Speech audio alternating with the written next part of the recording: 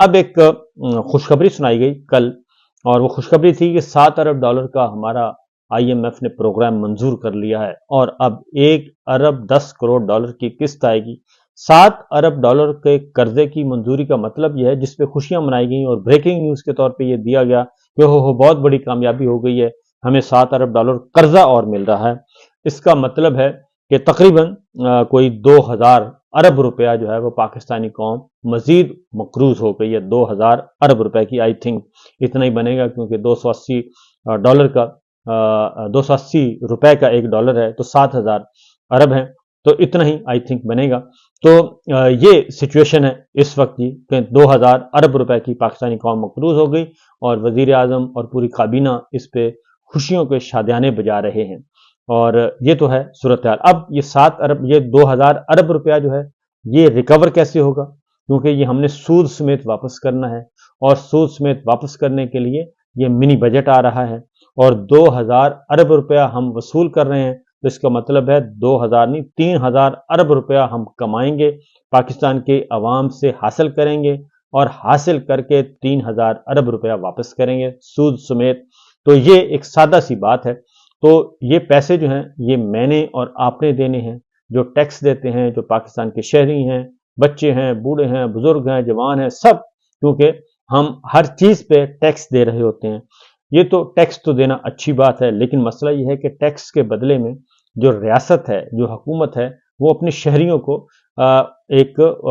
اس کی بھلائی کے لیے کام کرتی ہے، اس کو ایجوکیشن فری دیتی ہے، ہیلتھ فری دیتی ہے، سوشل سیکورٹی کا بندوبست کرتی ہے، اس کی جان مال آبرو کی حفاظت کرتی ہے، اور ہر طرح کے خوف سے اس کو آزاد کر دیتی ہے۔ لیکن ہمارے ہاں جو حکومت ہے وہ تو پچھلے 1.5-2 سال سے صرف ایک ہی کام کر رہی ہے کہ لوگوں کو اٹھانا، اغوا کرنا، جیلوں میں ڈالنا، نظر بند کرنا، اور جھوٹے مقدمات درج کر کے اس طرح کی حرکتیں کر رہی ہے، اور اس کے علاوہ تو کچھ کر نہیں رہی۔ تو اس لیے لوگ پھر ٹیکس بھی نہیں دیتے، اور حالت یہ ہے کہ پاکستان سے بہت زیادہ کیپٹل سرمایہ جو ہے وہ باہر فلائی کر رہا ہے، دوسرے ملکوں میں جا رہا ہے، اور پاکستان کی جو پاکستانی کمپنیاں ہیں، جو پاکستانی کاروباری لوگ ہیں، کاروباری کمپنیاں ہیں، تاجر ہیں، کارخانہ دار ہیں، وہ سب کے سب اپنی انڈسٹری باہر شفٹ کر رہے ہیں، اور ہزاروں کی تعداد میں صرف ایک یو اے ای میں تقریباً 5000 کمپنیز رجسٹر ہو چکی ہیں پاکستانیوں کی۔ تو یہ سارے کا سارا معاملہ چل رہا ہے، اس طرف کسی کو کوئی توجہ نہیں ہے۔ اور پھر روزانہ پاکستان کی جو ایوریج تھی، جو معمول کے مطابق ہے، نارمل، وہ تھی 15-20 ہزار پاسپورٹ ڈیلی بنتے تھے،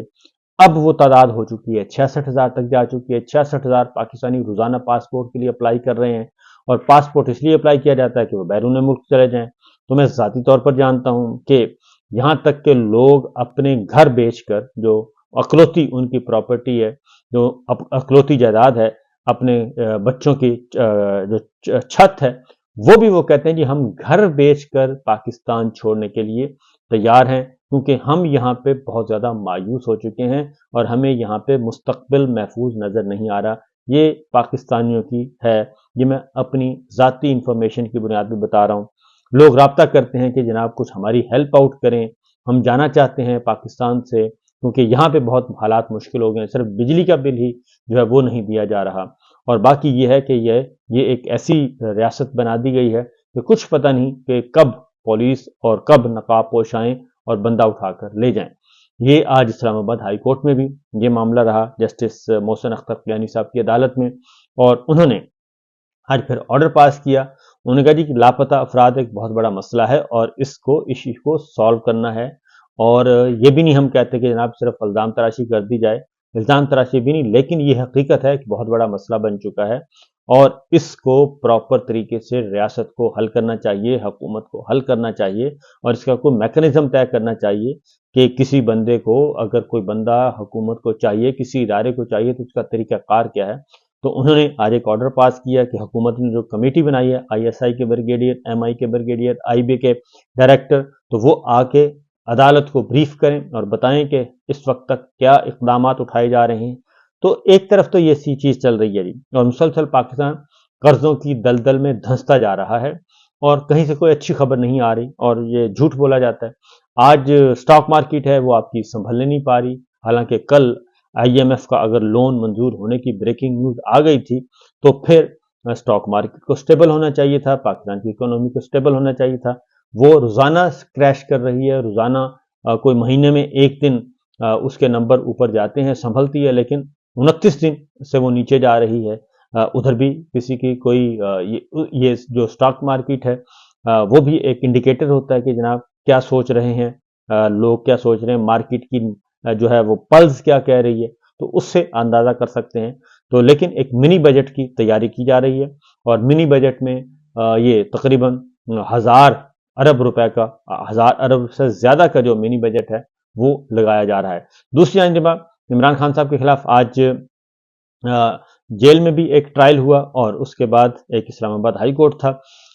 190 ملین پاؤنڈ القادر ٹرسٹ کا کیس تھا. عمران خان اور بشرا بی بی کی درخواستوں کی سماعت تھی، برریت کی درخواستیں چیف جسٹس عامر فاروق اور جسٹس میاں گل حسن اورنگزیب نے سماعت کی، اور اس میں نیب کے پروسیکیوٹر کی جانب سے سماعت ملتوی کرنے کی استدعا کی ہے. چیف جسٹس صاحب نے کہا تو ملزمان ٹرائل میں تعاون نہیں کر رہے. نیب کے پروسیکیوٹر نے کہا ہم نے ٹرائل نہیں روکا، حتمی فیصلے سے روکا ہے. چیف جسٹس صاحب نے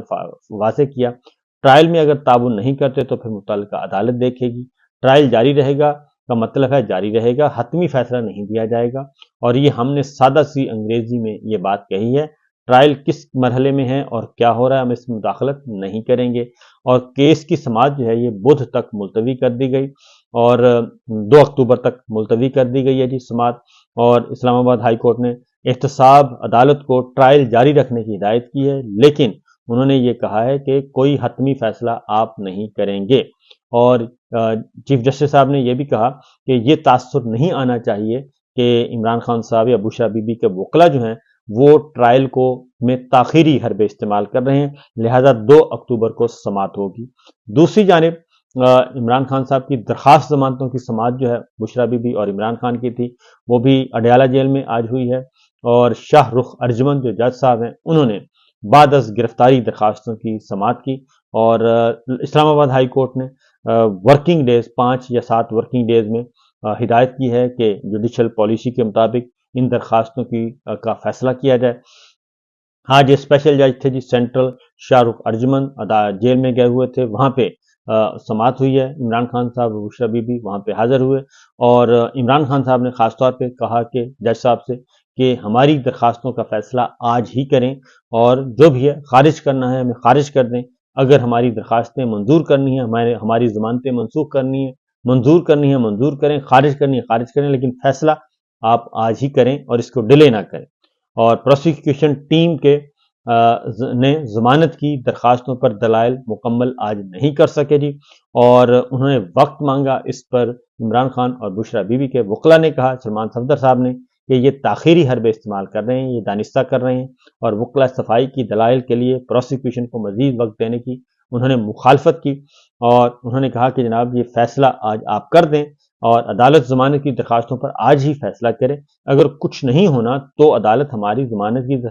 درخواستیں بے شک خارج کر دے، ہمیں اس پر بھی اعتراض نہیں ہے، لیکن یہ نہ کریں کہ اس کو ڈیلے کرتے جائیں. سماعت کی آج کی تاریخ بھی پروسیکیوشن کی مرضی سے ہی دی گئی تھی، سلمان صفدر صاحب نے کہا. اور عمران خان اور بشرا بی بی بھی خود روسٹم پر آئے، اور انہوں نے بھی یہ کہا عدالت سے کہ جناب آج ہماری درخواستوں پہ فیصلہ کر دیں، ہم انصاف چاہتے ہیں، جو ہو رہا ہے یہ انصاف نہیں. عمران خان صاحب نے کہا الیکشن سے پہلے 5 دنوں میں 3 سزائیں سنائی گئیں، اور بشرا بی بی کا اس کیس سے کچھ لینا دینا نہیں، پھر بھی ان کو جیل میں بند رکھا ہوا ہے. ہم 22 گھنٹے جیل کے ڈربے میں گزارتے ہیں، اور عدالت ضمانت کی درخواستوں پر آج فیصلہ کر دے اور انصاف کے تقاضے پورے کرے، یہ عمران خان صاحب نے کہا. اور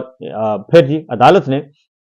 جو سماعت ہے وہ 28 ستمبر یعنی کہ پرسوں تک ملتوی کر دی، اور توشہ خانہ 2 اس کو کہا جاتا ہے، لیکن حقیقت میں یہ توشہ خانہ 4 ہے. اور فرد جرم عائد کرنے کی تاریخ جو ہے وہ بھی مقرر کی ہوئی ہے، اور 2 اکتوبر کو فرد جرم عائد کی جائے گی، وہ تاریخ مقرر کی ہے، لیکن